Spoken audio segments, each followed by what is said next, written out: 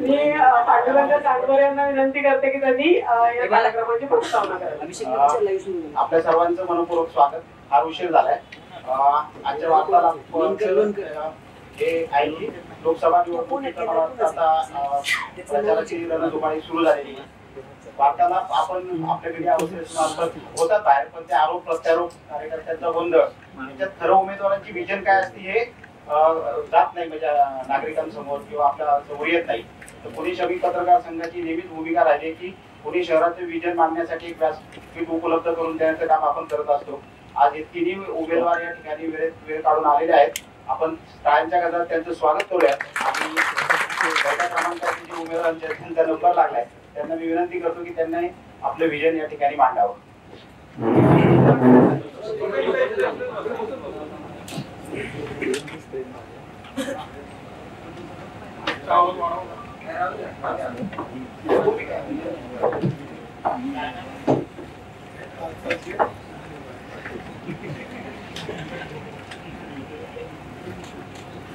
पुणे श्रमिक पत्रकार संघाचं मनापासून धन्यवाद व्यक्त करेल. खर तर ही निवडणूक लोकसभेची निवडणूक, देशाची निवडणूक आणि स्वाभाविकपणे पुण्यासारख्या शहरामध्ये पुणे लोकसभा म्हणून देशातलं एक खूप वेगळ्या अर्थाने आपलं महत्व आहे. त्यामुळे पुण्यातून येणारा लोकप्रतिनिधी दिल्लीतला संसदेतला त्या निवडणुकीच्या निमित्तानं निवडला जाणार आणि म्हणून स्वाभाविकपणे केंद्र स्तरावरचे अनेक विषय या शहराचे काय आणि ते सोडवण्यासाठी किंबहुना पुणे शहराचं पुढचं विजन काय साधारणतः या संदर्भामध्ये बोलणं अपेक्षित आहे असं मला वाटतं. जरी केंद्राचे विषय आपण म्हटलं तरी शहराचा खासदार म्हणून केवळ तितकाच मर्यादित तो राहू नये. स्थानिक स्वरूपाचे प्रश्न असतील, राज्य शासनाच्या स्वरूपाचे प्रश्न असतील, या सगळ्यांची एकत्रितपणे मोठ बांधून त्या त्या ठिकाणच्या ज्या व्यवस्था आहेत, सरकारी व्यवस्था असेल, सत्ता असेल, यांच्या माध्यमातून या शहराला भविष्य काळाचा विचार करून देशातील सर्वोत्तम शहर व्हावं, माझं पुणे हे देशातील सर्वोत्तम शहर असावं अशा दृष्टीनं विचार आम्ही करतोय. याची थोडी पार्श्वभूमी जर मागे जाऊन पाहिली तर मला असं वाटतं आज शहर म्हणून आम्ही वाढलोय. 518 स्क्वेअर किलोमीटर इतकं आमचं क्षेत्रफळ झालं. 6 मिलियन पॉप्युलेशन, 60 लाख लोकसंख्येवरती जवळपास आम्ही पोहोचलो. आणि मग स्वाभाविकपणे या शहराच्या नागरी समस्या असतील, पायाभूत सुविधा असतील, त्याच्यावरती नैसर्गिकरित्या काही ताण नक्की येणार. खर तर शहर वाढणार आहे, शहर मोठं होणार आहे हे काही अगोदरच्या काही लोकांना समजलं नाही का किंवा माहिती नव्हतं का? पुणेकरांनाही ते माहिती होतं. मला असं वाटतं की त्याचा विचार आज जे काही नागरिक प्रश्न काही या शहरामध्ये जाणवत आहेत, जे वास्तव आहे ते स्वीकारलंही पाहिजे. राजकीय विषय होत राहतील, कोणाची नैतिक जबाबदारी कुणी केलं पाहिजे होतं, पण आज शहर वाढलं त्यामुळे स्वाभाविकपणे शहरातल्या काही समस्या त्या निश्चितपणे आपल्या समोर आहेत. पुणे म्हटल्यानंतर आता स्वाभाविकपणे वाहतुकीचा प्रश्न आपल्या समोर उभा राहतो. पुणे म्हटल्यानंतर नागरिक आता जेव्हा आम्ही भेटतो तेव्हा पाण्याच्या विषयात विचारतात की भविष्यातलं पाण्याचं रेटिंग काय. जेव्हा भेटतो तेव्हा विमानतळाचा विषय काय, मेट्रोच्या संदर्भातले अनेक विषय, भविष्यातलं काय, असे केंद्र सरकार, राज्य सरकार, महापालिका या सगळ्या स्तरावरचे विषय हे स्वाभाविकपणे समोर येत आहेत. मला असं वाटतं की हे जे काही मी 2-3 विषय म्हटले, वाहतूक असेल किंवा आणि काही नागरिक हे खरं तर 25 ते 40 वर्षापूर्वी ज्या वेळेला महापालिका, राज्य आणि केंद्रात एकच सत्ताधारी असतील, प्रशासन म्हणून सुद्धा कोणी असेल, त्यावेळेचे जे कोणी महापालिका आयुक्त असतील राज्य शासनामधले काही प्रशासकीय व्यवस्था असेल, पुढच्या 25-50 वर्षाचा विचार जितका व्हायला हवा होता तेवढा केला नाही असं मला वाटतं.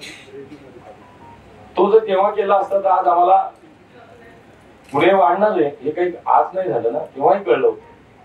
मग साधारणतः त्या दृष्टीनं त्यावेळेला नियोजन केलं गेलं नाही असं माझं मत आहे. आज पुण्यामध्ये गेल्या 10 वर्षामध्ये थोडी पार्श्वभूमी मी सांगतो 5 मिनिटांनी, 5 मिनिटं पुढचं बोलतो की 10 वर्षामध्ये मोदीजींच्या सरकारमध्ये देशामध्ये काय मिळालं ते हे सगळ्यांना माहिती आहे. देशामध्ये सर्वसामान्य माणसासाठी अंत्योदयाचा विचार करत सर्वसामान्य माणसाचं जीवन सुखकर व्हावं, त्याचं कल्याण व्हावं म्हणून अनेक योजना आल्या. त्या योजनेची नावं घेतली तर वेळ कमी पडेल.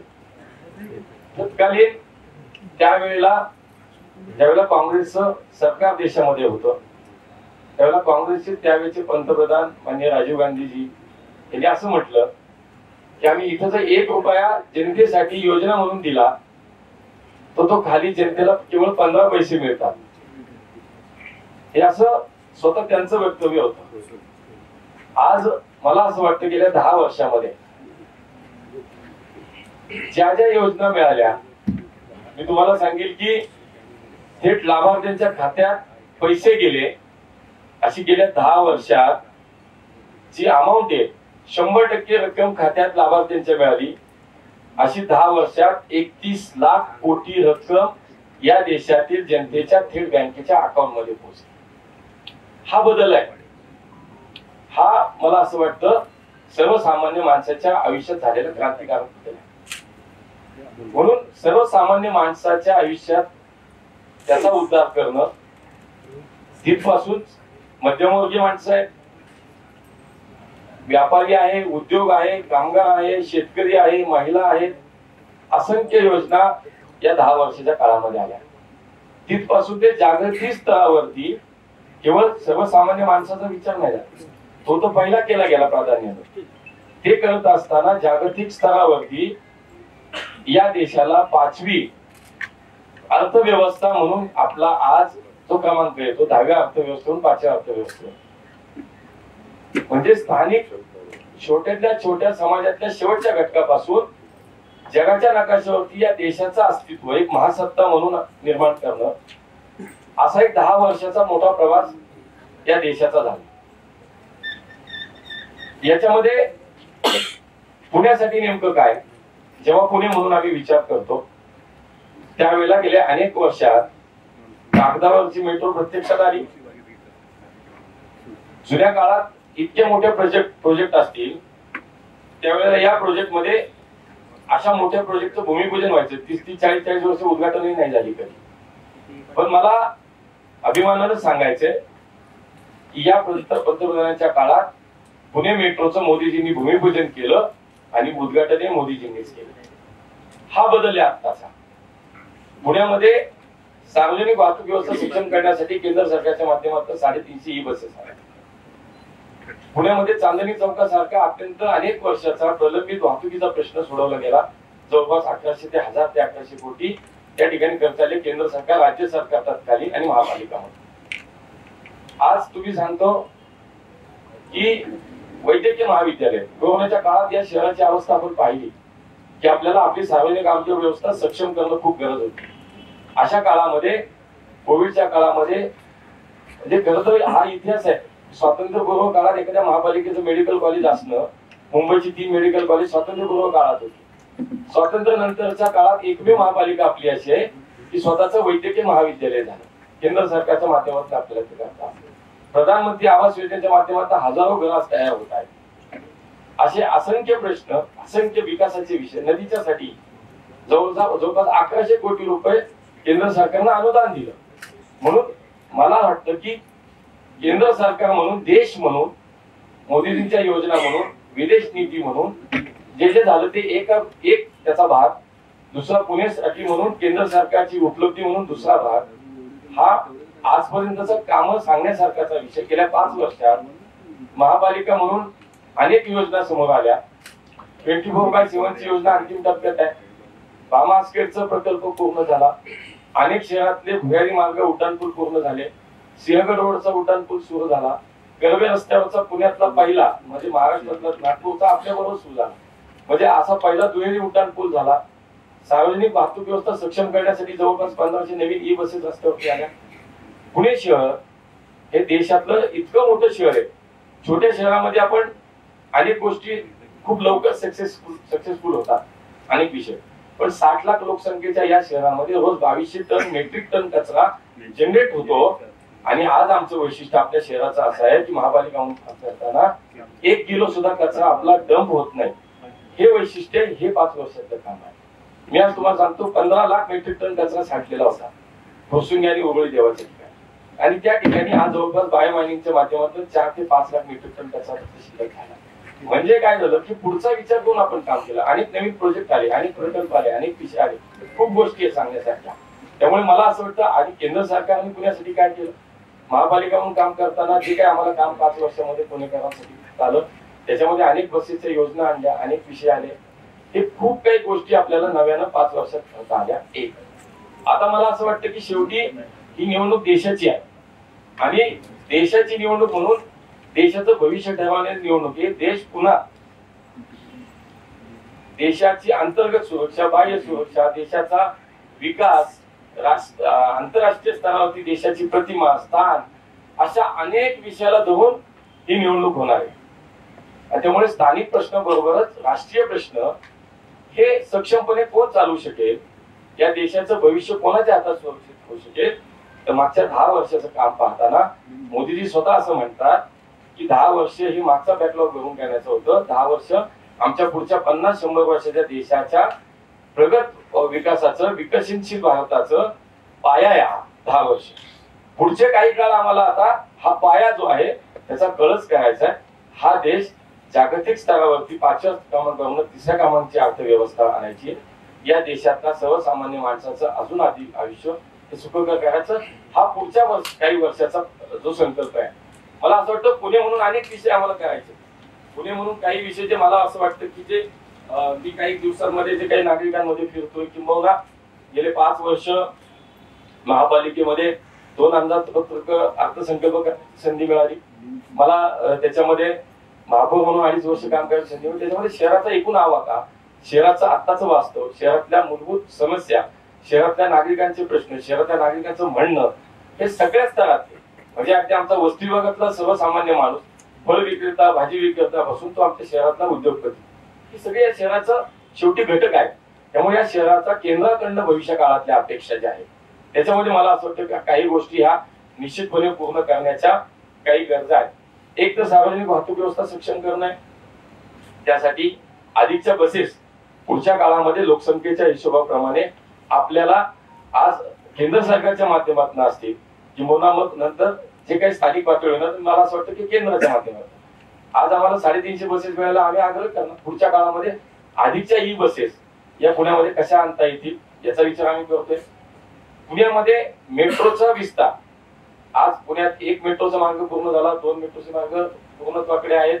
डीपीआर पुढच्या काही मार्गाचे तयार झालेत. भविष्याचा विचार करता अजून काही मार्ग आपल्याला नव्याने तयार करायचे.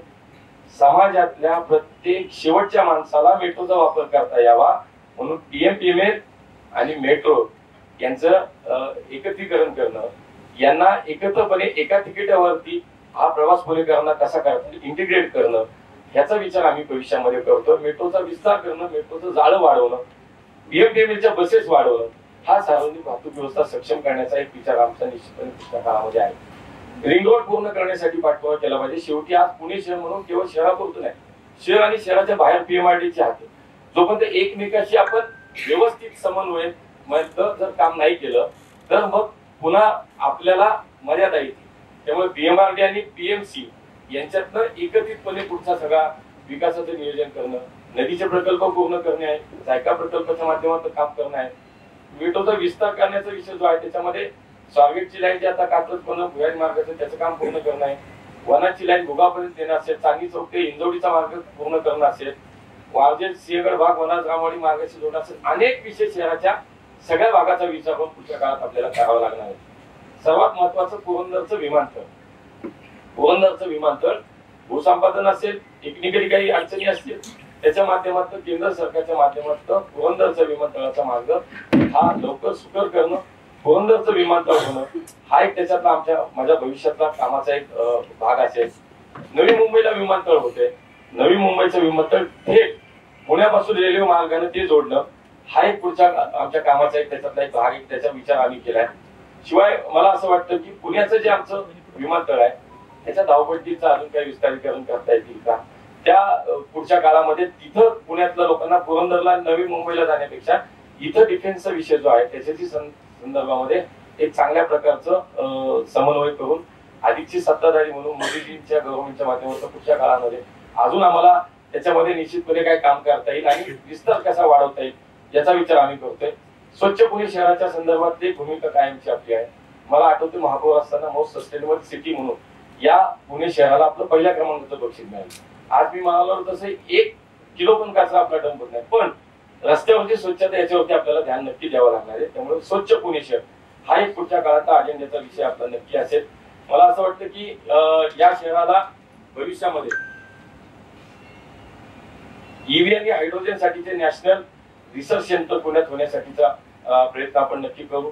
पुण्याला ग्लोबल मेडिकल हब करण्यासाठीचा आपल्याकडे खूप पोटेन्शियल आहे, आपण खूप काही करू शकतो, त्याचा विचार आपण करू शकतो का. बॉम्बे IITचे सॅटेलाइट कॅम्पस पुण्यात सुरू करता येईल. केंद्र सरकार म्हणून जे जे आपल्याला पुढच्या काळामध्ये करता येईल मला असं वाटतं की याच्यामध्ये हा सगळा आम्ही विचार करतोय. काय झालं ते थोडक्यात आणि भविष्यात काय विचार करतोय हा मला असं वाटतं अपेक्षित होतं आपल्याकडनं. ते मला माझ्या निवेदनात या ठिकाणी मला व्यक्त करता आलं, ते आपल्या पुढे ठेवलं. धन्यवाद, खूप खूप धन्यवाद. वसंत मोरे यांना मी विनंती करते की त्यांनी आपला अजेंडा. धन्यवाद. प्रथम मी पुणे श्रमिक पत्रकार संघाचा मनापासून आभार मानतो, अध्यक्ष पांडुरंग सांडभोर आणि सर्वच पत्रकार. कारण मला वाटतं अनेकदा डिबेट झाली आता, परंतु त्या डिबेटमध्ये मागाशी काही बोलल्याप्रमाणे बरेच कार्यकर्ते खाली असतात आणि आम्हाला आमचं विजन सांगता येत नाही, गोंधळ होतो. आणि खऱ्या अर्थानं आज आम्हाला बोलण्याची संधी तुमच्यामुळे प्राप्त झाली. मी पुणे शहराच्या बाबतीमध्ये विचार करत असताना माझ्याकडं पूर्णपणे पुणे शहराच्या बाबतीमध्ये जो मला पुणे शहरामध्ये विकासाचा पॅटर्न राबवायचा आहे तो माझ्या कात्रजच्या विकासाचा पॅटर्न हा मी पूर्ण पुणे शहरामध्ये राबवू शकतो. कारण आपण जर पाहिलं जसं की आता इथं अण्णांनी बऱ्याच काही गोष्टी सांगितल्या, परंतु आपण इथं स्वतःच्या व्हिजनवरती बोलणार आहोत. प्रत्यक्षामध्ये ज्यावेळेस 30 तारखेनंतर समोरासमोर काही गोष्टी होतील त्यावेळेस या सगळ्या गोष्टी माझा जो अजेंडा आहे हा माझा एक पाणी आहे. कारण मला वाटतं की ज्या वेळेस अहवाल बनवले जातात त्याच्यावरती काम होत नाही. अहवाल बनवले जातात हे फक्त वर्षभरामध्ये बनवले जातात आणि निवडणुका झाल्या की ते परत झाकून ठेवले जातात. असे अनेक विषय आतापर्यंत झालेले. माझा महत्वाचा कळीचा मुद्दा पुणे शहराच्या बाबतीमधला जो आहे तो पुणे शहराच्या वाहतुकीचा आहे. त्याच पुणे शहराची वाहतूक पाहिजे आपण रस्त्यावरती उतरलो की मला वाटतं की जिथं आजपर्यंत आता पांडुरंगाचा सुद्धा मला फोन केला अर्धा तास अगोदर, कारण मी पोहोचेल का नाही. आणि हे सगळं जर प्रत्येक जण आधी बसलेला प्रत्येक जण वाहतूक समस्येने ग्रासलेला आहे. म्हणजे मला वाटतं की पुणे शहरामध्ये कोणत्याही परिस्थितीमध्ये नुसते ग्रेड सेपरेटर फ्लायओव्हर करून चालणार नाही. त्यापेक्षा मला वाटतं की पुणे शहरामध्ये येणारी जी मूळ मोठी वाहतूक आहे उदाहरणार्थ एसटी, ह्यांच्यासाठी शहराच्या चारही दिशेला एसटी डेपो होणे गरजेचं आहे. कारण माझ्या माहितीनुसार जवळजवळ 2,500 एसटी या पुणे शहराच्या चारही दिशेने पुणे शहराच्या मध्यवर्ती भागात स्वारगेटला येतात. त्यामुळे कात्रज आपल्या उरळी कांचन इकडे विश्रांतवाडी या बाजूला बाहेर या चारही दिशेला महानगरपालिकेच्या मोठ्या प्रमाणात अम्युनिटी स्पेसच्या जागा आहेत. याच्यामध्ये जर स्वारगेटचा डेपो हलवला त्या चारही दिशेला जाणाऱ्या गाड्या या चारही दिशेवरून जाऊ शकतात. एक एसटी म्हणजे साधारण 3 4 व्हीलर होतात. म्हणजे महत्वाचा ताण जो येतोय तो एसटी असतील किंवा बसेस असतील याच्यामुळे शहरावरती ताण येतो आणि ह्यांना पहिल्यांदा आपल्याला शहराच्या बाहेर काढावं लागेल. कारण पूर्वी स्वारगेट हे हब होतं, त्यामुळे इथून तिथून सगळीकडे येणारे लोक स्वारगेटला या करायची. परंतु आता एका घरामध्ये साधारण 2-3 4 व्हीलर झालेले आहेत. त्यामुळे लोक ज्या त्या भागातले लोक जिकडे तिकडे जाऊ शकतात. त्यामुळे किती वर्ष आपण फ्लायओव्हर्स ग्रेड सेपरेटर्स या गोष्टी करत बसणार. दुसरा विषय सार्वजनिक वाहतूक व्यवस्थेचा. सार्वजनिक वाहतूक व्यवस्थेमध्ये जो PMPML चा विषय आहे, आत्ताच अण्णांनी सांगितले की 300-350 बसेस याच्या माध्यमातून आपण PMPML च्या माध्यमातून आपण केंद्र सरकारने आपल्याला दिल्या. परंतु मला याच्यामध्ये एक महत्वाचा विषय सांगावासा वाटतो की 300-350 बसेस आपण घेतल्या, अजून सुद्धा 300-350 बसेस आपण घेणार आहे. परंतु या बसेस केंद्र सरकारने घेत असताना महानगरपालिका म्हणून या बसेस लावण्याची व्यवस्था काय की आज ह्या ज्या बसेस आहेत, तुम्ही आमच्या कात्रज भागामध्ये या 4 PMPL चे डेपो आहेत माझ्याकडे. प्रत्येक रस्त्यावरती PMPL ची एक गाडी तुम्हाला मोठ्या मोठ्या लाईनी लागलेली दिसते. आपण नुसत्या बसेस घेऊन त्या बसेस उभ्या करण्यासाठी आपण कुठं पार्किंग करणार आहे का नाही? आपण नुसते ठेकेदार पोहोचणार आहे का? ठेकेदारांसंग PMPMLचा MOU झाला, त्याच्यामध्ये प्रत्येक ठेकेदारांनी त्याचा PMPMLचा स्वतंत्र त्यांनी पार्किंग करणं गरजेचं आहे. परंतु असं पार्किंग न होता प्रत्येक ठेकेदाराच्या गाड्या आहेत त्या भागामधल्या रस्त्यावरती उभ्या आहेत. आज हा प्रश्न आमच्या उपनगरामध्ये पाहिला तर सकाळी फुटपाथवरती गाड्या उभ्या असतात, तिकडून त्या प्रत्येक गाड्या एवढ्या दयनीय अवस्थेमध्ये आहेत की त्याचे प्रत्येकाचे ऑइल लिकेजेस तिकडे रस्त्यावरती असतात. फुटपाथवरती लोकांचं पावसाळ्याच्या टायमिंग मध्ये प्रचंड मोठ्या प्रमाणात लोक तिकडे घसरतात, त्यांना ऍक्सिडेंट होतात चालताना. म्हणजे फुटपाथवरती या बसेस उभ्या असतात. या बसेससाठी आपण नुसत्या बसेस घेऊन उपयोग नाहीये, बसेस घेतल्या तर त्यांचा यार्ड सुद्धा आपल्याकडे असला पाहिजे. दुसरा विषय पाणी प्रश्नाचा. पाणी प्रश्न आज इतकी वर्ष झाली आपण खडकवासला या धरणावरती आपण अवलंबून आहोत. आता कुठंतरी भामास्केटचं काही प्रमाणात पाणी आपल्याकडे येऊ लागले. मला वाटतं की माझ्या शहराचं स्वतंत्र असं धरण होणार आहे का नाही? कधी माझ्या शहरासाठी स्वतंत्र पाण्याची व्यवस्था आपण करू शकतो का नाही? आज आमच्या कात्रजच्या घाटमाथ्याचा विचार केला तर आमच्या मी 2012 पासून, ज्यावेळेस मी 2012ला विरोधी पक्ष नेता होतो त्यावेळेस मी अजितदादा पालकमंत्री होते, त्यांना त्यावेळेस मी पायलट प्रोजेक्ट म्हणून कात्रज भागात दिला होता. 1800 एकर जागा आहे कात्रजच्या घाटमाथ्यावरती, जी की आता राज्य सरकारच्या मालकीची, आता ती महानगरपालिकेच्या मालकीची आहे. त्या 1800 एकर जागेमध्ये भिलारेवाडीच्या भागामध्ये लखनदारा म्हणून एक मोठा पार्ट आहे. त्या लखनदाऱ्यामध्ये आता एक पाझर तलाव आहे आणि दुसरा नवलाईदारा म्हणून आहे, जो की गुजरवाडी निंबाळकरवाडी भागामध्ये. त्या ठिकाणी सुद्धा एक पाझर तलाव आहे. ह्या दोन्ही ठिकाणच्या पाझर तलावांची जर साठवण क्षमता वाढवली तर मला वाटतं दक्षिण पुण्याचा पाण्याचा प्रश्न कमीत कमी 6 ते 8 महिन्याकरता बाय ग्रॅव्हिटी कोणत्याही 1 रुपयाची इलेक्ट्रिसिटीचा वापर न करता आपण दक्षिण पुण्याचा पाणी प्रश्न 100% सोडवू शकतो.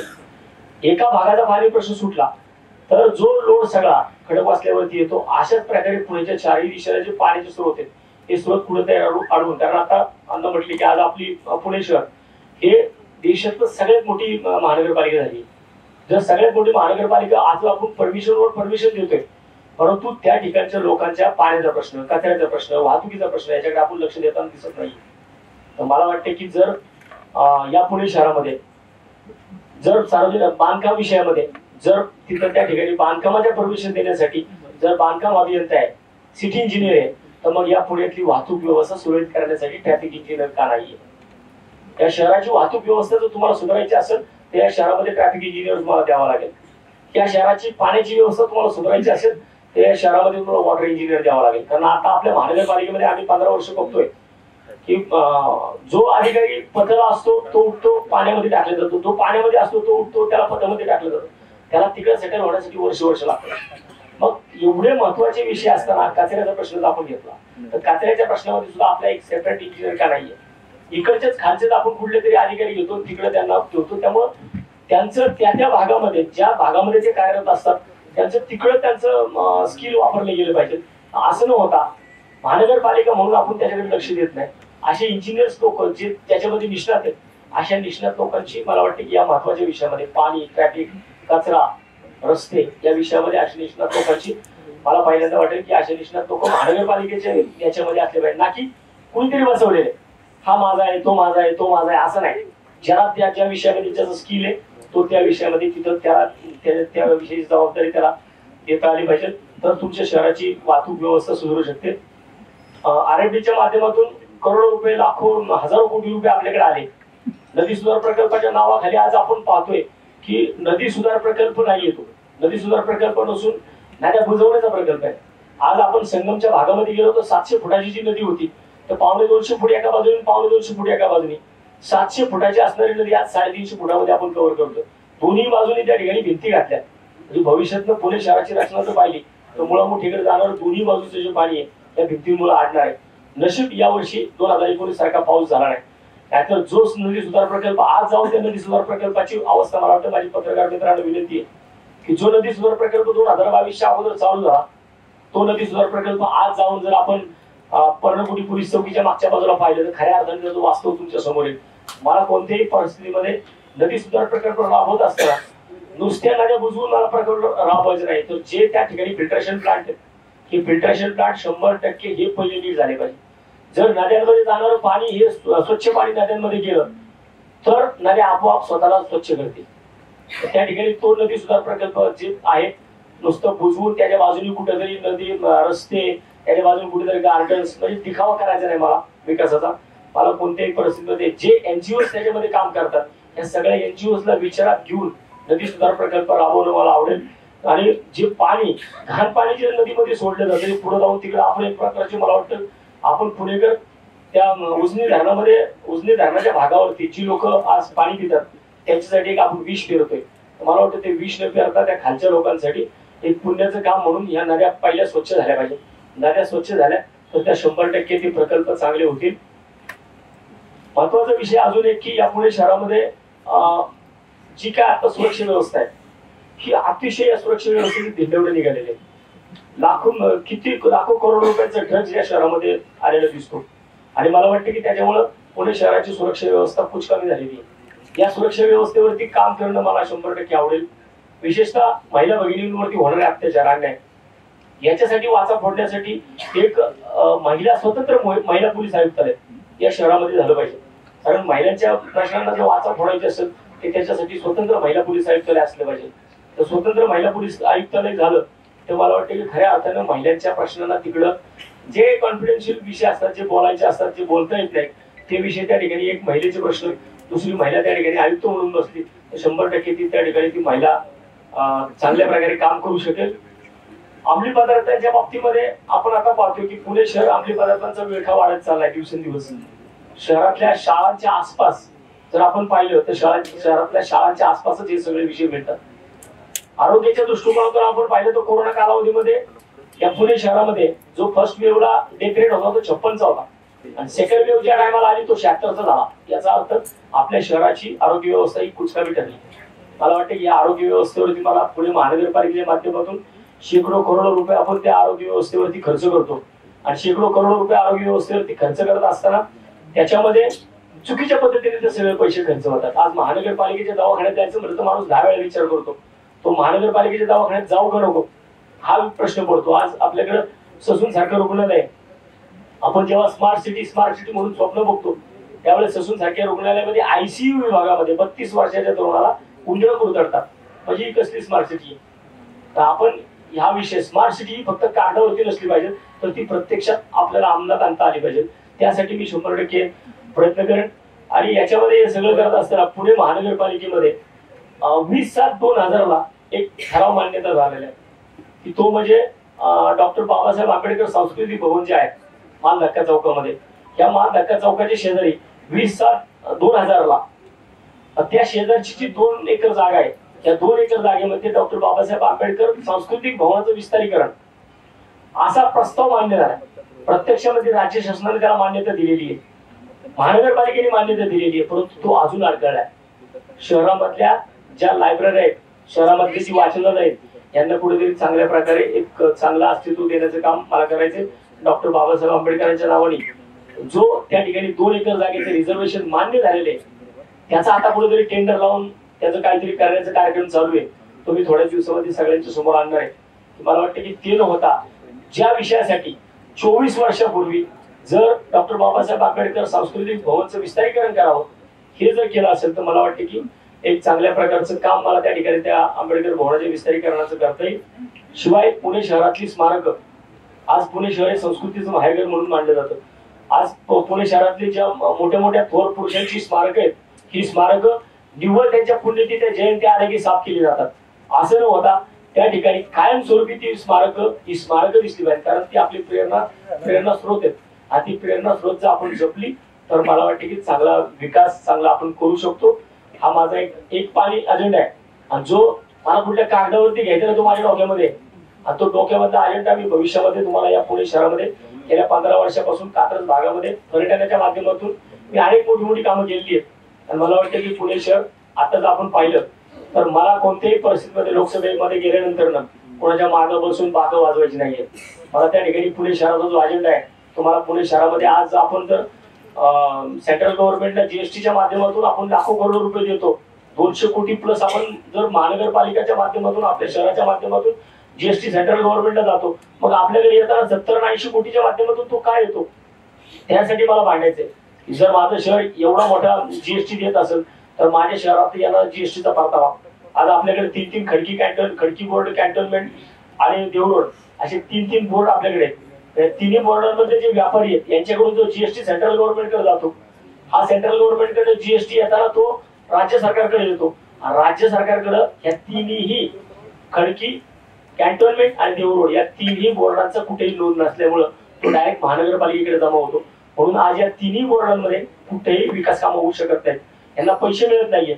एक तर ही कॅन्टोन्मेंट बोर्ड आहे तिथं महानगरपालिकेमध्ये मर्ज होऊ शकतात का हे पाहणं गरजेचं. नसेल होऊ शकत तर त्यांना त्यांचा स्वतंत्र निधी या तिन्ही बोर्डांना मिळाला पाहिजे. यासाठी मी भांडणार आहे. मला वाटतं या सगळ्या गोष्टी मी 10 मिनिटाच्या कालावधीमध्ये सांगू शकत नाही. सांगण्यासारख्या खूप काही गोष्टी आहेत की जे येणाऱ्या 30 तारखेनंतर त्या संपूर्ण पुणे शहरामध्ये या कराव्या लागतील. जे सेंट्रल गव्हर्नमेंटचे इश्यूज आहेत मला वाटतं की त्याच्यापेक्षा भयंकर माझ्या शहराचे इश्यू आहेत. माझ्या शहराचे इश्यू मला ते सॉल्व्ह करण्यासाठी मला प्रयत्न करायचे आणि हे प्रयत्न करत असताना मला वाटतं की मी ज्या आघाड्यांवरती ज्या ठिकाणी मी यशस्वी झालोय तोच सेम अजेंडा मला या शहराच्या बाबतीमध्ये विकासाच्या बाबतीमध्ये करायचं आहे. एवढंच या ठिकाणी सांगतो. पुन्हा एकदा आपण सर्वांनी मला या ठिकाणी बोलण्याची संधी दिली, माझे विचार मांडण्याची संधी दिली, त्याबद्दल धन्यवाद. महाविकास आघाडीचे उमेदवार रवींद्र धंगेकर यांना विनंती करते की त्यांनी आपले विचार बोलावे. नमस्कार. जे पुण्यासाठी प्रश्न मांडणार ते माझ्या आजोबा दोघांनी तेच प्रश्न मांडले. पण प्रामुख्याने मी सांगतो पुणे हे विद्येचा मार्ग आहे. देशामध्ये पुण्याला वेगळं स्थान आहे आणि आपण बघितलं असेल तर आपल्याकडे पहिल्यांदा ट्रॉफिकचा प्रश्न आहे, तो तुमचा माझ्या मनातला प्रश्न आहे. कोणी किती काम केलं, कोण किती काम करणार हे आम्ही चर्चा आपण करतोच, पण ती आचीनोंद आणली पाहिजे. देशामध्ये पहिली मेट्रो ही काँग्रेसने पळवली आणि मेट्रोचं भूमिपूजन हे डीपीआर हा काँग्रेसच्या काळामध्ये झाला. ज्यावेळेला महानगरपालिकेमध्ये प्रश्न ज्यावेळेला ठराव मंजुरी झाला त्यावेळेला मागचे खासदार हे वर्ण आणायची का खालनं आणायची याच्यावरच भांडत बसले आणि काय काळ त्याच्यामध्येच झालं आणि मग ती खालनं आलीच नाही, ती वर्ण झाली शेवटी. आणि वर्ण येताना जो ज्या वेळेला भूमिपूजन झालं त्याच्यानंतर नागपूरचं भूमिपूजन झालं. नागपूरची मेट्रो पळायला लागली, आमची मेट्रो आता ठेशनच आम्ही उद्घाटन अशी परिस्थिती. आणि ही जी परिस्थिती ही पुणेकरांच्या दृष्टीने चांगली. आज पुणे 70 लाखापेक्षा जास्त पुणे शहराची लोकसंख्या आणि पुणे शहरामध्ये 22 लाख लोक रोज बाहेर नाही येतात आणि पुणे शहरामध्ये इतकी प्रचंड प्रमाणे वाहतुकीची आज अडचण. आम्ही कागदावर बोलतो, पेपरवर बोलतो, भाषणात बोलतो, पण अस्तित्वात ती काय. ज्याप्रमाणे हे देशामध्ये संगणक राजीव गांधींनी आणले. माझ्याबरोबर मोहन साहेब म्हटले की 15% अनुदान लोकांपर्यंत पोहोचत होतं, पण ज्या संगणक राजीव गांधींनी आणलं ते लाईनअप त्या संगणकामुळे झालं आणि कॅम्प्युटर पद्धतीने सगळ्यांपर्यंत ते पैसे पोहोचायला लागले. हे यश राजीव गांधी हे संगणक त्यांनी सुरुवात केली आणि त्याची लाईनअप यांनी केली. मी तुमच्यामध्ये बोललो ना, तुम्ही ऐकलं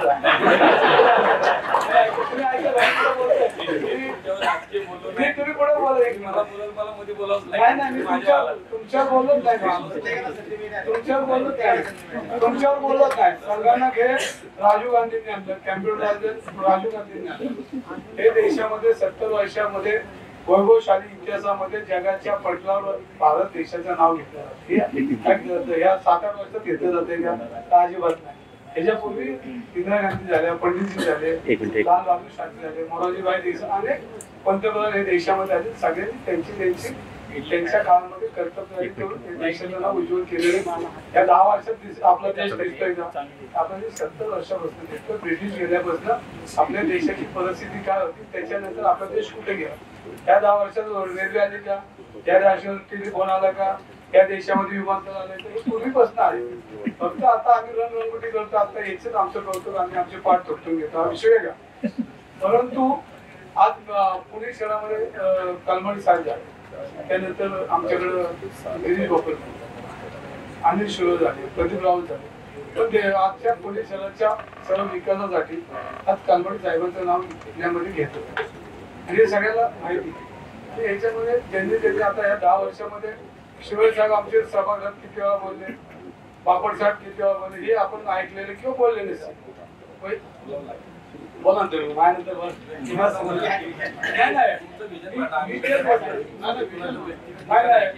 नाही विजन बोललं पाहिजे ना. आता नाही विचारलं पाहिजे ना, काम काय केलं ते विचारलं पाहिजे ना. बोलायला सगळ्यात बोला ना तुम्ही बोलत असं नाही, काहीतरी ठरलंय. नाही विषय असा आहे की बोललं पाहिजे ना. नाही ते बोलतो ना मी. आता मग पोलिसाला काय करायचं काम नाही केलं, सोयीने काम नाही केलं, हेच नाही मी कुठं म्हणतो काम मी काम नाही केलं, कोण किती बोललं एवढंच विचारतो. आणि ह्याच्यामध्ये आपण बघितलं असेल तर कचरा विषय आपण बोलत असतो. तर कचरा सगळं आमच्या टेंडर मध्ये झालं. आज तुम्हाला सांगतो आमची महानगरपालिका टेंडर प्रक्रियेमध्ये आहे. याच्यामध्ये सांगतो 1 युनिट सुद्धा वीज झाली नाही. आपण युनिट साठी आपण कचऱ्यामध्ये वीज तयार करण्याचं टेंडर काढले. 1 युनिट सुद्धा वीज महानगरपालिकेला मिळेल. असे अनेक प्रकल्प कधीच दिले नाही. टेंडर झाले, पैसे मिळेल. नदी प्रकल्प योजना आज तुम्ही नदीमध्ये आता जाऊन सगळे जाऊन पोहोचला काय परिस्थिती बघा, कामकाज बघा कशा पद्धतीने चाललं. हे काम परत हे पैसे वाया जाणार आहेत का ह्याचंही लक्ष आपण ठेवलं पाहिजे. ह्या सगळ्या गोष्टी आहेत.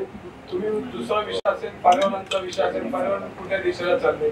आज बाल भारतीचा रस्ता आहे, निसर्गाने आपल्याला पुण्याला देणं दिले, तिथे आपण फोडतोय. व्यापार टेक्निकमधून रस्ता काढतो. हे सगळ्या ज्या गोष्टी आहेत निसर्ग आबाधित राहण्या सगळ्या गोष्टी झाल्या पाहिजे. पर्यावरण बोललं पाहिजे, वाहतुकी बोललं पाहिजे, आरोग्य बोललं पाहिजे, सुरक्षा बोललं पाहिजे. आता तुम्हाला सांगतो अटल बिहारी वाजपेयींच्या नावाने आपण मेडिकल काढतो. कोणी त्या मेडिकल नव्हते का? होते. पण पर्यटन काढले त्याला सर्व पक्षांची भूमिका होती की चांगलं प्रकल्प होतं, त्याला सगळ्यांनी पाठिंबा दिला पाहिजे. पण त्याचे प्रोजेक्टचे पैसे मागच्या या वर्षी आम्ही काढले, 200 कोटी रुपये काढले, 10 लाख आणि 5-5 लाख रुपये वार्डात वाटून टाकले. म्हणजे या परिस्थितीमध्ये आम्ही ते प्रोजेक्ट जर पुढे करायचं असेल तर त्याचे पैसेच काढतोय. म्हणजे आम्ही ते काम संपले का अजिबात नाही. आज त्या ठिकाणी काय परिस्थिती आहे, त्या परिस्थितीमध्ये विद्यार्थ्यांचे प्रवेश सुद्धा भ्रष्टाचार होतो. त्याच्यावर लोकांनी आंदोलनं केली, पेपरला बातम्या आल्या. म्हणजे ते चाललंय का ते सुरळीत चाललं नाही. ह्या सगळ्या गोष्टीचा अभ्यास करून आपण बोललो पाहिजे, आपण त्याच्यावर विरोध केलं पाहिजे, त्यावर काम केलं पाहिजे. अनेक गोष्टी आहेत त्याच्यामध्ये. खाली येतो आपण गॅसचे भाव काढले, पेट्रोलचे आता बोललंच पाहिजे. आता परत ते नाही बोललं तर मग तुम्ही काय बोलणार हे मग संसदेत जाऊन काय तात्या म्हटलं आम्ही काय मागं पाहिजे आलं नाही.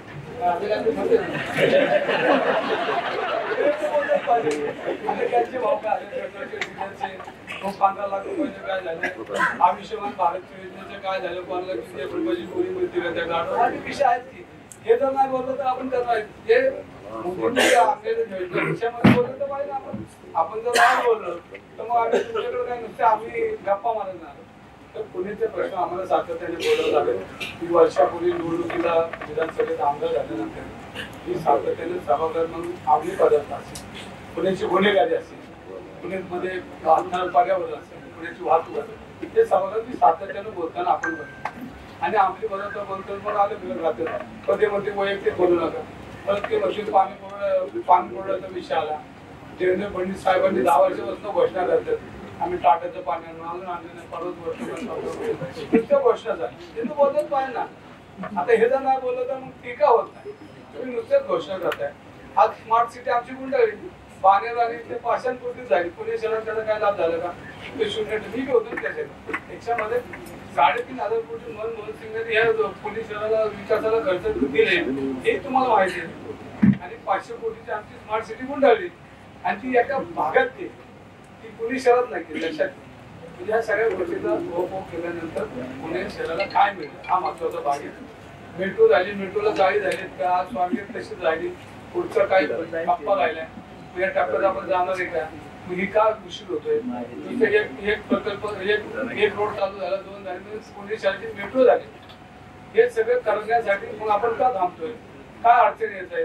आणि ह्या सगळ्या गोष्टी जर आपल्याला करायचं असेल तर कधीतरी आपल्याला या 10 वर्षाचा बदल पुढे करावा लागेल.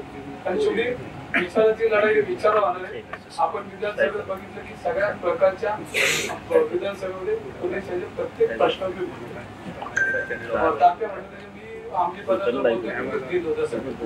तर आमची पदार्थ तुमच्या शाळेत आलाय सगळ्यांच्या उमरेवर प्रत्येकाच्या उमरेवर आपल्या घरात घ्यायचा का नाही आपल्या पालकांच्या आधारे. पण विद्यार्थी काय करतात, मुलं काय करतात, हे आपल्याला घर खातं, पोलीस खातं, या सगळ्या पोलिसांना आपल्याला पोलिसांमधला कर्मचारी कमी पडत आहेत, त्या सगळ्या गोष्टी त्या सगळ्या बोलतोय आपण, केलं पाहिजे. आज शेतकऱ्यांचे बजेट पुणे शहर 40% जास्त शेतकरी पुणे शहरामध्ये आम्ही शेतकरी. त्यामुळे विषय असा की शेतकऱ्यांचा बरेच प्रश्न दूध घ्यायला गेलं तर 22 रुपये लिटरने आमच्याकडे घेतलं जातं आणि गोळीपेंड 20 रुपये दिले. म्हणजे असे बरेच प्रश्न गव्हाचे अनेक शेतकरी प्रश्न दुष्काळ पडलाय. आज ज्या योजना आणतात त्या योजनेमधून आपण 5-6 हजार रुपये देतो, पण त्याच्यामध्ये खताचे रेट काय झाले, कामगारांचे रेट काय झाले, ऊस तोडण्याचे रेट काय झाले, आज सगळ्या मशागतीचे रेट, या सगळ्या गोष्टी शेतकरी अडचणी, व्यापारी अडचणी, जीएसटी ज्या पद्धतीने आज चालू जीएसटीचा विषय त्याच्यामध्ये व्यापारी अडचणी आणि याच्यामध्ये सगळे बदल घडले. विद्यार्थ्यांचे 83% बेरोजगारी, ह्या आधी विषय महत्वाचा आहे. पर्यावरणाचा विषय अनेक विषयामध्ये आपल्याला भांडण्यासाठी लढण्यासाठी जर 400 पार होणार असतील ते एक आला तर काय फरक पडणार आहे. आणि मग इथं गेलं मालकापुढे काय बोलतच नाही, तिथं मालक बसलेला असतात, मग इथलं कोण बोलतच नाही. तर कंपनीतला दुसरा गेला माणूस तर निवडून येईल, आला तर पुण्याचे प्रश्न मांडणार असं मला वाटतंय.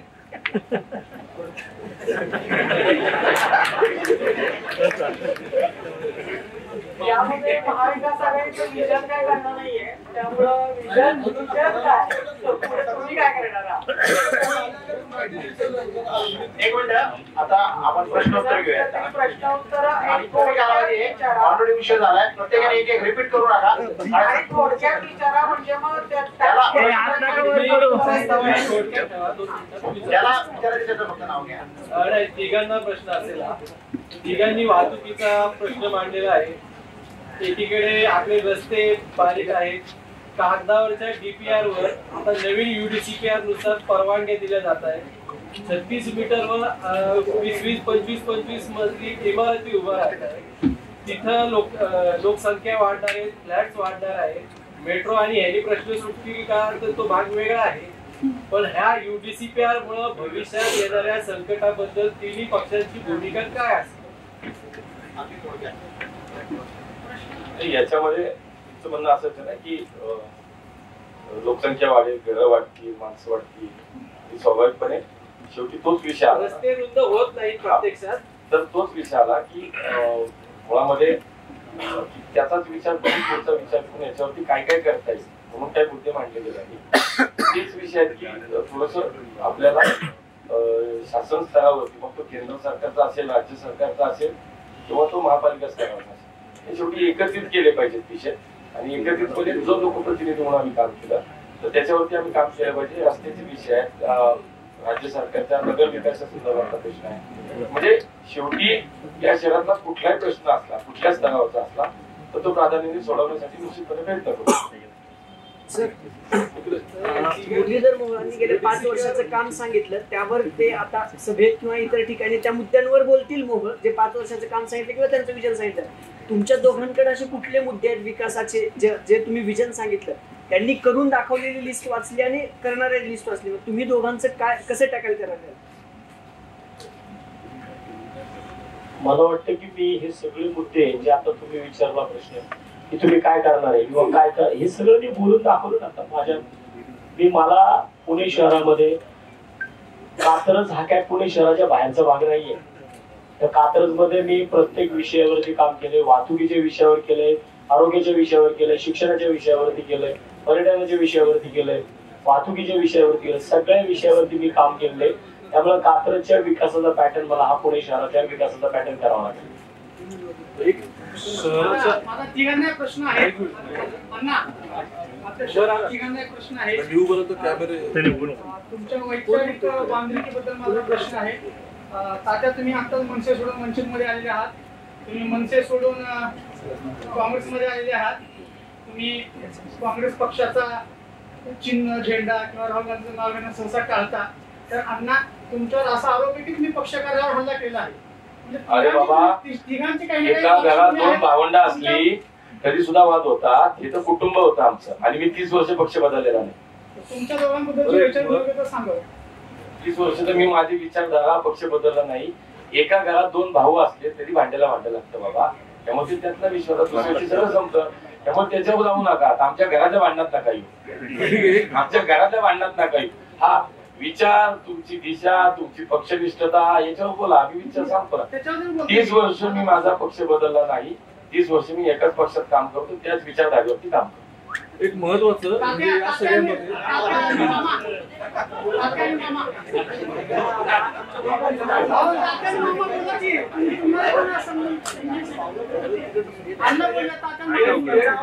आता एक बोलतो मी, तात्याने पक्ष बदलला, मी बदललाय. पण मोहोळ म्हटले की मी पक्ष 30 वर्षात बदलला नाही. पण मला जाणीवपूर्वक माहिती आणि मग खात्याने बोलतो की ते बी मनसेमध्ये येता येता राहिले. हा वस्तू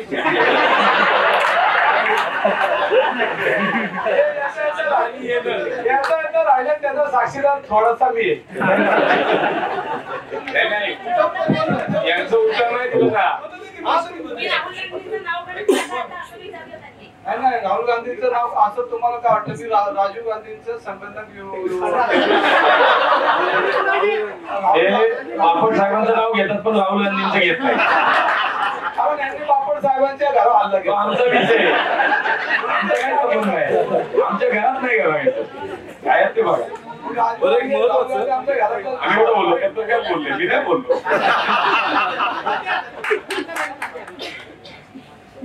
बघा मी सुद्धा 25 वर्ष एकनिष्ठ म्हणून माननीय राजसाहेबांच्या पाठीमागे शिवसेनेमध्ये असतात. त्याच्यानंतर पुढची 18 वर्ष मनसेमध्ये मी सुद्धा काम केले. माझ्या इकडं पुणे शहरामध्ये जी विचारांची आमचं जे द्वंद्व चालू होतं त्याच्यामध्ये कुठेतरी स्थानिक लेवलला माझे कायम विचार दाबले जात होते आणि शेवटी त्याचा जो भडका व्हायचा तो 12 मार्चला झाला आणि 12 मार्चला मी पक्ष सोडून आता वंचित बहुजन आघाडीमध्ये गेलेलो आहे. परत शून्यापासून सुरुवात केलेली आहे. त्यामुळे मला वाटतं मागचं मी सगळं विसरलोय आणि आता शून्यापासून पुन्हा एकदा मी सुरुवात करतोय.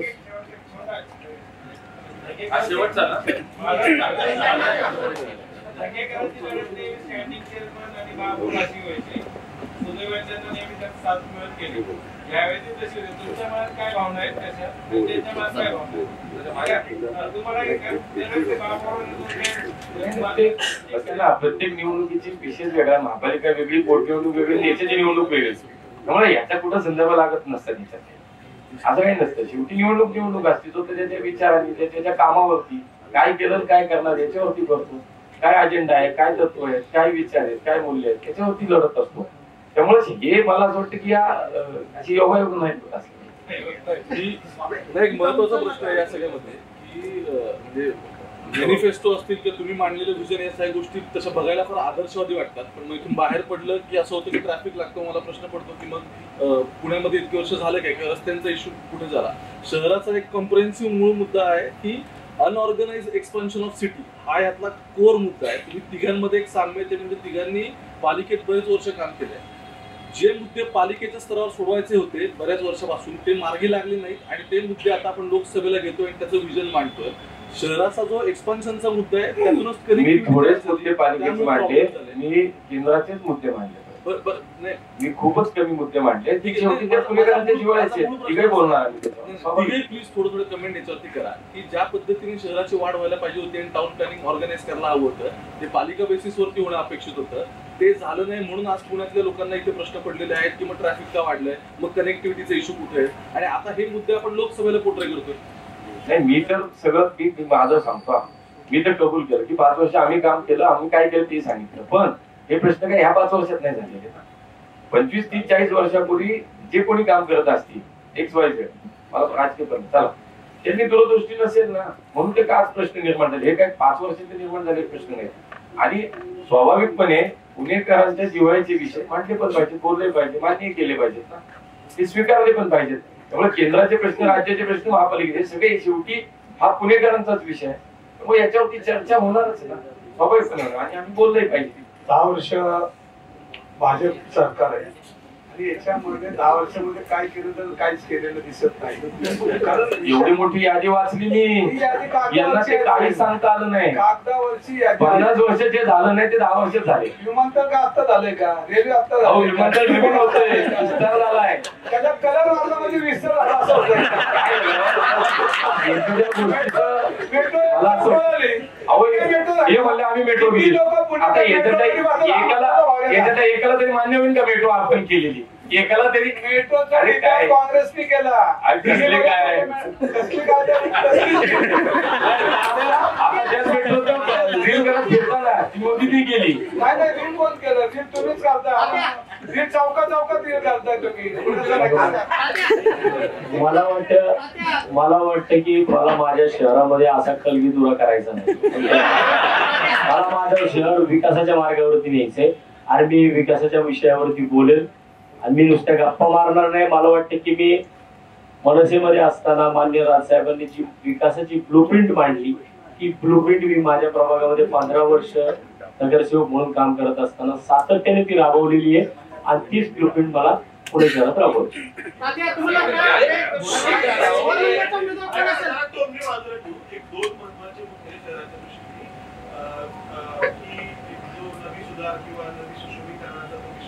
तर तो आरोप होतोय सांगतो की याच्यामुळे नदीची पाणी गाळण्याची क्षमता जी आहे ती कमी होते. तर खरंच तशी होतीये का? तुम्ही त्याच्याबद्दल म्हणजे काय दावा कराल की हा प्रकल्प झाल्यानंतर हे पाणी आहे ते तेवढ्याच वाहून जाईल? मी पहिलं बोलतो कारण या विषयावरती आंदोलन मी केलेले आहे. बाकीचं कोणत्या नदी पात्रात उतर अण्णांना प्रश्न आहे, तुम्ही बोला.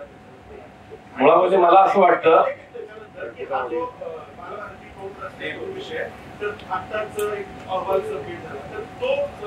दोन्ही विषयावर मी बोलतो. एक तर मुळामध्ये नदी सुधार प्रकल्प जो आहे रिव्हरफ्रंटचा, याच्यामध्ये NGT असेल, हायकोर्टात विषय असेल, सगळीकडे टेक्निकली तो सगळं साऊंड आहे, सगळीकडनं तो विषय क्लिअर होऊन आलेला आहे. आता त्याच्यापेक्षा मला असं वाटतं की मला आंदोलन किंवा मला काही त्याच्यात माझा आक्षेप आहे तो कायदेशीर मार्गाने करावा, माझं म्हणणं काही अडचण नाही. पण तो टेक्निकली सगळ्या गोष्टीवरती तो क्लिअर होऊन आलेला आहे. तो कोर्टात क्लिअर झाला, तो NGT मध्ये क्लिअर झालाय. मला डोळ्याला काय दिसतं याच्यापेक्षा त्याच्यातल्या टेक्निकली बाबी काय आहेत हे खूप महत्वाचं आहे. त्यामुळे मला असं वाटतं बारीक झालं तर तसं नाही. मला असं वाटतं की शेवटी टेक्निकली सगळ्या प्लॅटफॉर्मवरती ते क्लिअरन्स मिळत आलाय आणि म्हणून ते काम सुरू झालं. काम थांबलं का? कुठं स्टे आहे का? म्हणजे कायदेशीर किंवा टेक्निकली त्याच्यात कुठेही अडचण नाही. एक दुसरं पोटभाटा बालभारती रस्ता मी पहिल्यांदाही क्लिअर केलं, आजही क्लिअर केलं. ज्या वेळेला त्या नागरिकांनी, पर्यावरण प्रेमींनी त्या ठिकाणी आंदोलन केलं, ज्या वेळेला टेकडी व्हायला मी स्वतः आणि आमचे आमदार सिद्धार्थ शिवणे मी दोघे गेलो, त्यानंतर महानगरपालिकेला, प्रशासनाला एकही शब्दाची आम्ही सूचना दिली नाही की काम चालू करा. का? शेवटी या शहराचा जर विकास करायचंय, हे शहर जर पुढे न्यायचंय तर पर्यावरण आणि विकास याचा समतोल ठेवला पाहिजे. शेवटी दोन्ही एखादे हात घालून काम केलं पाहिजे. टोकाचा पर्यावरणवाद आणि टोकाचं अगदी विकासाचे विजन, या दोन्ही गोष्टी नाही चालणार. त्यामुळे पर्यावरण आणि विकास हे एखादे हात घालून केला पाहिजे. त्यामुळे आजही बालभारती बोटबाट्या रस्त्याच्या संदर्भात आमच्यातलं कुणीही त्या विषयात सकारात्मक नाही. कुणी आम्ही त्या विषयाला आज काम सुरू करा असं म्हटलेलं नाही. शेवटी लोकांचं काम हे लोकांबरोबर राहून करू, लोकांना जे वाटेल ते करू, एवढंच मला याच्यामध्ये सांग. मला वाटतं की जसं की आता अण्णांनी सांगितलं की कायदेशीर दृष्ट्या सगळ्या परवानग्या घेऊन नदी सुधार प्रकल्प चालू आहे. तर मग ज्या 6,500 झाडांच्या कत्तलीचं फरमान काढण्यात आलं होतं या महानगरपालिकेकडनं, मग ते NGTने का थांबवलं? एकही झाडाची फांदी तोडू नये असं का त्या ठिकाणी आदेश करण्यात आला? मला वाटतं की माझे आज सुद्धा जी लोक हा RFD प्रकल्प राबवतात त्यांना माझा आज जाहीर आव्हान आहे की उद्या आपण नदीपात्रामध्ये जाऊ. नदीपात्राचा जो DPR आहे त्या नदीपात्रामध्ये जी नदी ज्या ठिकाणी आपण हा प्रकल्प राबवतोय नाईक बेटाच्या पुढच्या बाजूला, त्या ठिकाणी आपण टेप घेऊन उतरावं. आणि टेप घेऊन मला वाटतं की आपण नुसतं बंडगार्डनच्या बांधाऱ्यावरती जरी उभं राहिलो ना तर त्या ठिकाणी आपण स्केल लावला तर आपल्या जागेवरती कळेल की हे नदीपात्र पूर्वी किती होतं आणि आता ते खोलीकरण न करता त्याच्यामध्ये जे भिंती बांधण्यात आल्या, ज्या नदीपात्रामध्ये राडारोडा टाकला, जिकडे रस्ते झाले, ते कशा प्रकारे बोलून मी मगाशी सांगितलं की आपलं नशीब पुणेकरांचं चांगलं आहे की 2019 प्रमाणे मागच्या वर्षी पाऊस झाला नाही. हा ज्या दिवशी पाऊस होईल हा संपूर्ण नंदीसुधार प्रकल्प जो एक देखणं स्वरूप त्याला दाखवलं जात आहे ते देखणं तुम्हाला सगळं उचली राहण्यात गेलेलं दिसेल पुढे भविष्यामध्ये. आणि आता सुद्धा आत्ताच्या घडीला मला वाटतं की इथून उठावं आणि जो प्रकल्पावरती आता शेकडो कोटी रुपयांची बजेट बिलं काढण्यात आली त्या ठिकाणी जाऊन तो जो काही नदी सुधार प्रकल्पाचं एक सुंदर चित्र गेल्या वर्षभर 1.5-2 वर्षामध्ये आपल्या समोर दाखवण्यात आलं होतं त्याची आजची वास्तव स्वरूप काय आहे.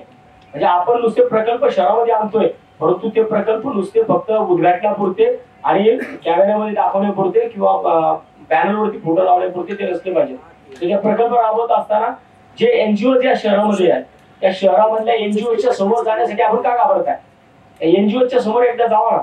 नदी सुधार प्रकल्पाच्या बाबतीमध्ये 100+ एनजीओ जे पुणे शहरामध्ये आहेत आजपर्यंत त्यांचं म्हणणं का आपण ऐकून घेतलं नाही का. आयुक्तांनी त्यांना एकदा सुद्धा आयुक्त एनजीओने एखाद्या नदी सुधार प्रकल्पातला एखाद्या एनजीओ आयुक्ताकडे गेला की का आयुक्त त्यांचं कारण सुद्धा हातात घेत नाही. मला वाटतं की त्यांना सुद्धा अधिकार आहे. ते सुद्धा या शहरामधले नागरिक आहेत. त्यांचं भारतीय जनता पार्टी म्हणून त्यांची 100 नगरसेवकांचं अशी बहुमत या महानगरपालिकेमध्ये होतं. जसं अण्णा आता बोलले की बालभारतीच्या बाबतीमध्ये आम्ही त्या ठिकाणच्या लोकांसोबत आहोत तर मग नदी पात्राच्या बाबतीमध्ये दुसरी भूमिका का. आता तुमच्या आधीचे जे नेते होते म्हणजे त्यांनी ते मूळ चित्र तयार केलं त्या चित्रकारांनी म्हणजे जे अध्यक्ष त्यांनी नदी सुधारचं मूळ चित्र तयार केलं होतं. साबरमती नाही त्यांनी गोदा पार्कच्या विषयावरती केलं होतं. साबरमती मी जाऊन पाहिलेच आहे. साबरमती मित्र साहेब मी 2 वेळा गेलो साबरमतीला आणि मी साबरमती पाहिले. साबरमतीमध्ये ज्या पद्धतीने खोलीकरण झालं इकडं एक गंभीर सुद्धा गाळ त्यातनं बाहेर काढणार बाहेरचा गाळ हा नदी पात्रामध्ये आणून टाकलेला आहे. त्यामुळे साबरमती खोल गेलेली मी स्वतः 2 वेळा साबरमतीला भेट दिलेली आहे. त्यामुळे साबरमतीचा प्रकल्प जो ज्या पद्धतीने गुजरातमध्ये राबवला गेला मला वाटतं मग त्याच पद्धतीने इथं काय राबवला गेला. उल्लेख केला की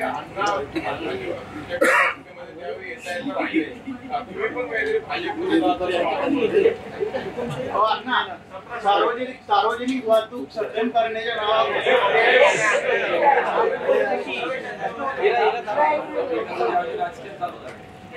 नदी प्रकल्पावर जे तात्या बोलले जे मोळे बोलले तर नदी प्रकल्पावर मी म्हणजे सत्य जर तुम्हाला बघायचं असेल तर तुम्ही नदी प्रकल्पामध्ये आता जा. नदी म्हणतात येताना त्याला गटार म्हणतात. विषय असा की एसटीबी पॅन सगळे बंद आहे बऱ्यापैकी. आज नदीमध्ये जी परिस्थिती काय नदी प्रकल्प आपण कागदावर आणि पैशावर टेंडर प्रक्रियेवर बोलतोय. नदी प्रकल्प हा विषय एकदम प्रचंड जे कागदावर बोलतोय त्याच्या पद्धतीने नाही. आज ज्या पद्धतीने नदीच्या परिसरात जाणारी लोक असतील नदी बघायला जाणारी लोक असतील आज सगळी घाटात त्यामध्ये वाहते आणि इतकं प्रचंड त्याच्यामध्ये सुशोभीकरण चाललंय. हा पैसा सगळा वाया जाईल आणि ह्याच्यामध्ये मला माझ्या जाणकाराला वाटत नाही की ह्या प्रकल्पामध्ये पुणेकरांना किंवा या पैशाचा फायदा जे जनतेच्या घरातून खर्च होणार आहे हा प्रकल्प पूर्ण होईल असं मला वाटत नाही. 24/7 ची आम्ही योजना आणली ती अजून जमिनीतच चालली. 7-8 वर्ष त्याचा प्रकल्प तयार झालाय. फडणवीस साहेब मुख्यमंत्री असताना तो प्रकल्प चालू झाला पण अजूनही 24/7 पाणी काय मिळालेलं नाही. पाणीच नाही तर नळच कुठं नाही ना अशी परिस्थिती. फक्त पुणेकरांना मीटर आले आणि त्या मीटर मधनं फक्त पुणेकरांनी पैसे भरून घ्यायचे एवढा विषय. 2च मुद्दे क्लिअर करतो. एक तर आता उल्लेख असं झाला की नदीमध्ये सगळं घाण पाणी चालू आहे आणि कुठला प्रकल्प चालू नाही. माझ्या तुमच्या सगळ्यांच्या माहितीसाठी मी हे सांगेन की रिव्हरफ्रंटचा प्रोजेक्ट म्हणजे नदी सुधार प्रकल्प आणि नदी पुनर्जीवन प्रकल्प असे 2 प्रकल्प आता एका वेळेला चालू आहेत. नदीमध्ये येणारा अशुद्ध पाणी याच्यामध्ये आणि ते जे काही पाणी येते ते पाणी थांबवणं याच्यासाठीचे 18 STP आणि काहीतरी साधारणतः 200 ते 300 किलोमीटरची साधारणतः ड्रेनेज लाईन मोठ्या व्यासाची ड्रेनेज लाईनचं काम चालू आहे. ते काम चालू आहे. आज तुम्हाला माहिती आहे ते काम चालू झालं म्हणजे एका वेळेला नदीत अशुद्ध पाणी जाणार नाही आणि दुसऱ्या वेळेला नदी काठ सुंदर होते. हे दोन्ही प्रोजेक्ट एका वेळेला चालू आहे. दुसरं 24/7 मी तुम्हाला सांगतो 82 टाक्यांपैकी जवळपास 60 ते 65 टाक्या बांधून पूर्ण झाल्या.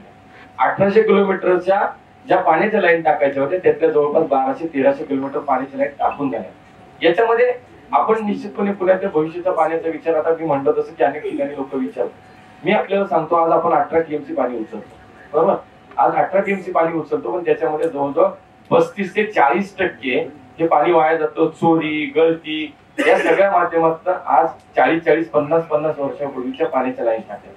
ज्या वेळेला हे 100% पाण्याची लाईन आपलं 24, आता एका झोनला तर चालूही झालं, बालेवाडीला तर चालूही झालं आपला 24/7चा एक झोन. असे टप्प्याटप्प्याने झोन चालू होती. जसं मेट्रोचं हे म्हणाले तसं चालू हळूहळू होती. देशातली नाही जगातली कुठलीच मेट्रो या टोकापासून त्या टोकापर्यंत एक नाही चालू, ती टप्प्याटप्प्याने चालू होतात. त्या टप्प्याटप्प्यानेच त्याचं उद्घाटन होतं. का तर कामही तसंच होत असतं. एक 24/7चं काम ज्या दिवशी पूर्ण होईल, मी तुम्हाला सांगतो खात्रीनं 18 TMC पाणी आपण उचलतो, त्यातलं 3 ते 4 TMC पाणी आपलं वाचणार आहे. का ते एक तर पाण्याची गळती थांबेल, त्यानंतर दुसरं पाणी मीटर बसवल्यामुळे माणसं जेवढं आवश्यक आहे तेवढं पाणी वापरतील, तिसरं पाण्याची साठवणूक होणार नाही, पाणी 24 तास मिळणार नाही. त्यामुळे माझा दावा असा आहे की पुढचे 20-25 वर्ष तरी आपल्याला, आणि आपण तोपर्यंत काही गप्प थोडीच बसतो. जसं प्रत्येकाच्या मनात काही ना काहीतरी विचार आहे, तात्याच्या मनात धरणाचा विचार आला असेल तर माझ्या मनात मुळशीत पाणी आणण्याचा विचार आहेच ना मुळशी धरणाचा. त्यामुळे मला असं वाटतं की 3 ते 4 TMC पाणी आपलं वाचणार आहे. आणि हे 3 ते 4 TMC पाणी आपलं या 24/7 योजना 70-75% काम आता पूर्ण झाले. याची माहिती सगळ्यांनी घेऊ शकता, आपल्याला माहिती असेल. तेव्हा मला असं वाटतं 20%-25% अजून काम राहिले, ते पूर्ण झाल्यानंतर त्या 18 TMC मध्ये आपलं पाणी वाचणार आहे, जे पुढच्या 15-20 वर्षासाठी आपल्याला उपयोगी येणार एवढंच. आता धन्यवाद, थोडं पुढे जाऊ द्या आम्हाला.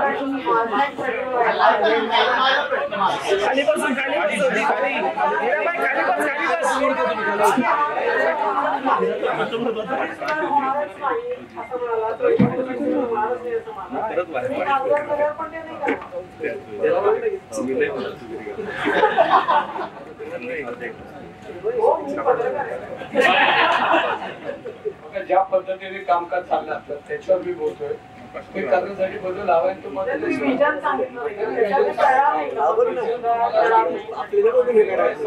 करायचं असेल तर आपल्याला पहिली गोष्ट पुणे शहराच्या डोक्यावर 28 TMC पाणी जमा होतं आणि 28 TMC पाणी जमा होतोय धरणाच्या साखळीमध्ये.